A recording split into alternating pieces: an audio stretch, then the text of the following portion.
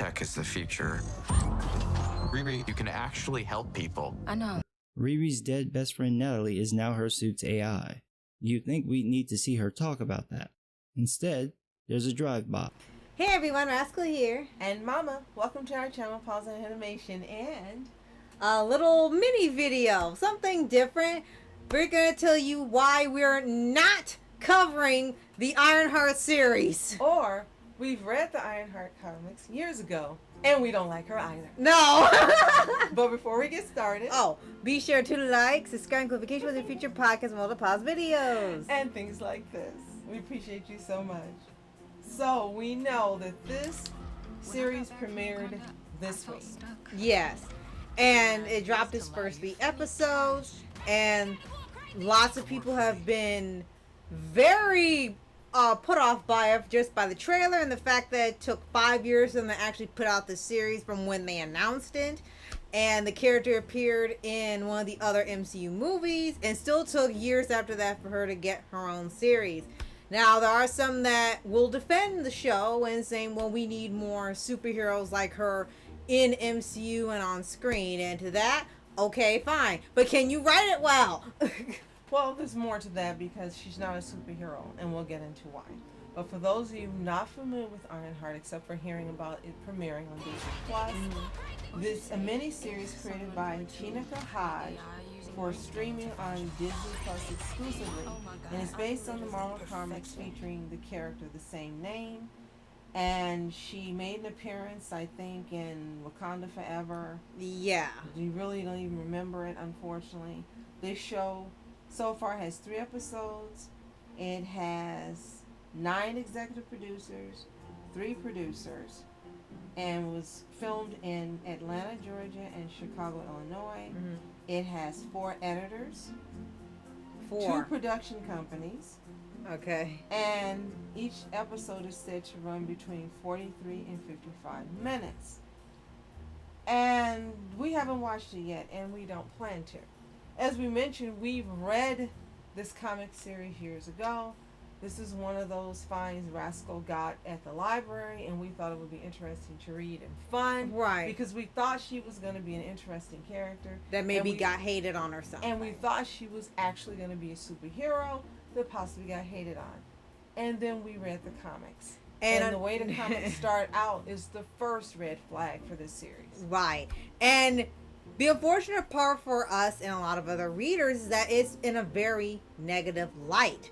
The entire process from her beginnings and origins to why she wants to become Ironheart and her motivation, all of it is, to the comics point of view, is supposed to be something empowering. But when you read it, it'll come off empowering or even inspiring or something like, this is unconventional or different, but they're trying something new. It's more of like they forced in an origin that doesn't even sound like a superhero origin. About the performance of the first issue. I looked up the order numbers on Comic Run, and the orders were middling, only about 41,000.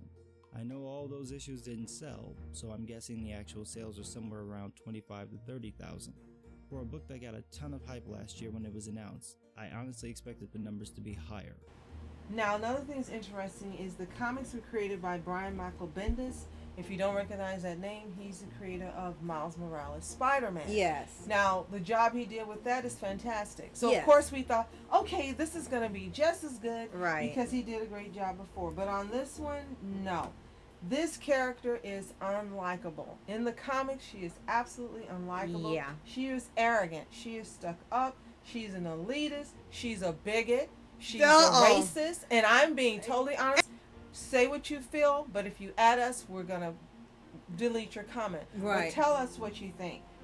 She thinks she's better than Iron Man. She's jealous because Iron Man has money. She thinks he shouldn't have it. She's very jealous and covetous of what he has. And for whatever reason, she felt she had a right to take his suit and adjust it for herself, and then she wants to be praised for being a thief. Sorry, guys. In the real life, if you take something from someone else that isn't yours, you're called a thief. And it's stealing. And it's not. And before you say, well, Ant-Man did it too. Ant-Man did have a criminal past, but he wanted to drop it so he could live a better life for his daughter and go straight. This is not the case for her. Her actions are portrayed as the right thing to being a hero. And you can tell that Ewing is still figuring things out. The same thing is true with the second issue. This book just came out in mid-January, but issue 1 came out in late November. With the amount of lead time this book had, there's really no reason for this book to skip a month other than people going behind Ewing to clean things up. This is the reason why you don't give new writers who aren't familiar with the medium a full series on their first outing. And then the worst part of it all, besides the fact that Disney did a really interesting thing with adapting this, is that it all began when she's a child, and this has been everywhere. Mm-hmm. The whole reason she wants to be better than Iron Man is because as a child, they told her, okay, we have to aspire to be something, which sounds fine. Mm-hmm. And when she doesn't know what she wants to do, and so the teacher told her, you can be whatever you want, and she didn't like that answer. And she's a child, so you know. And she told her, I expect you to tell me that I couldn't do it, and you don't believe in me. She said, well, we don't live in that type of world anymore where we tell people who look different they can't be heroes and stuff. We're not in that time anymore. If you want to do something extraordinary, go do it. But she refused that. She deliberately, is in the comic and canon, tells the teacher she wants her to have prejudice and bigotry towards her, so it'll inspire her to be a hero. So she just randomly says, okay, you can't be Iron Man. And then she's like, okay, and I'll be better than Iron Man. And that's how her origin starts. And it's like, what in the heck was Bendis thinking? What in the heck are you thinking? You write Miles Morales, and then you write this girl. It's like you went from one end of the spectrum to the other. Yeah. She is not inspiring. We've read the comics. Yes, we've read the comics. We have. And we read them years ago. And when we first heard about Ironheart was actually going to have a series, we were actually excited because we said, you know what? They'll probably do something better with it because they did the same thing with Moon Girl and Devil Dinosaur. In the comics, we've got a podcast coming up with that for Superhero Month. You'll hear more what we think about her. Her series made her a different person than she was in the comics. She was likable, she was fun, she was adorable. And we thought maybe with Ironheart that's what they were going to do. Well, they didn't do that. We haven't even seen the series, but the first thing is this is not a teenager playing her. In the comics, she's a teen. At the very least. And she has teen friends. But this woman is not a teen. I'm sorry. No offense to her. You cast her 5 years ago. Yes. And then have her in Wakanda Forever and still didn't have the show until this year. So she probably was much different way back when they chose her between now and they get to now and act like it's no different. It's almost like you're watching one of these anime adaptations. Sorry, she's too old for the role. Based on what we've read in the comic. Yeah. And it's no offense to her. They waited too long to make the series. Yes. They casted her a long time ago, and she doesn't look like a teen. You're not looking at her and going, okay, well, she looks really young. Now, that being said, in the comics, not only does she not care or respect Iron Man, but when she gets to Latveria, she takes over Latveria. She saves them and then says, okay, now I'm putting all of you out. I'm the ruler. Yes, and seriously, she wants to be praised for doing this. Like, what the heck is wrong with this character? And somehow she just overpowers Doctor Doom just like that. She did what the Fantastic Four couldn't do for several decades. She's disrespectful, and she's just got an ego on her that is absolutely ridiculous. Yes. And she's overpowered. Yes, why does this teen girl who's never done a dang thing in her life but stolen a suit from a real superhero who died to save the world. Yes. Skilled inventor and engineer. Okay, that's fine. Yes. Super genius level intellect. That's okay too. Yes. Power armor suit granting superhuman strength, speed, durability, agility, reflexes, and series. Since those aren't hers. Those are Iron Man. Yeah, she just. Those belong to Tony Stark. Yeah. Energy repulsor and missile projection. That's not hers either. Nope. Regenerative life support. That's not hers either. No. Supersonic flight. That's not hers either. Nope. No, all of it's his. She just repurposed it for herself. And you want to know even the best part, and I'm saying that in pure sarcasm about all this, is that we expect, like you said, Miles Morales was immediately kind of meh-ish in some parts of his story, and the Spider-Verse adaptation made him into one of the most beloved characters in Marvel, and they did a fantastic job giving him more depth and character and personality. Moon Girl and Devil Dinosaur, again, not as likable in the comics, but became lovable in the animated show. Became beloved. Mm-hmm. The Ironheart didn't get animated adaptation, but we were like, okay, what can they do in live action? You know, we always said Disney never sticks with the source material, and they always change what they want, and they never stick with what works.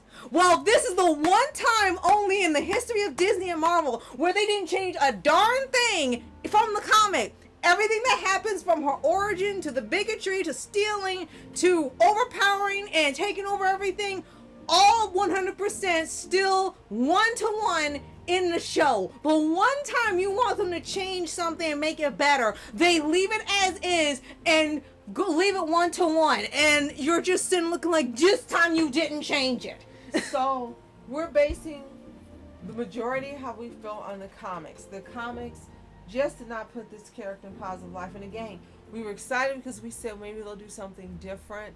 They'll adjust her like they did Stargirl, yes, like they did Moon Girl in Moon Girl and Devil Dinosaur. Yes. And they've done that in other series where they've made the character be different from the publication because they knew, you know, this character's not going to be liked. This character has an attitude. We need to adjust this so that people will watch the series, however, maintaining their core personality and values. Well, this girl doesn't have any values. I'm sorry. From what we've seen online on X, people aren't liking the series. No. Now, if you're one of the people who have watched it and do like it, tell us why in the comments. And also, if you're someone who have read the original comics and you think that staying true to the original character of this comic was a good choice, let us know in the comments. Yes. They leave it as is. It was a terrible comic and it's leading to a terrible series. It doesn't tell you something is really wrong with the people at Marvel now, where something was critically panned and they don't change anything and leave it 1-to-1 so the show can get critically panned too. There is a major malfunction with this show already, and you haven't even watched episode 1. That's about it. So... And if you haven't already, subscribe for updates, book reviews for anime series, anime show, and all things animation. And thank you for joining us for what we thought was going to be shorter commentary on Ironheart. Again, we'll love to hear your comments and your opinions, especially if you've seen it. Let us know in the comments. Yes. So thank you so much for watching. Mask Entertainment. And I'm on Entertainment. Have a fantastic day. Peace.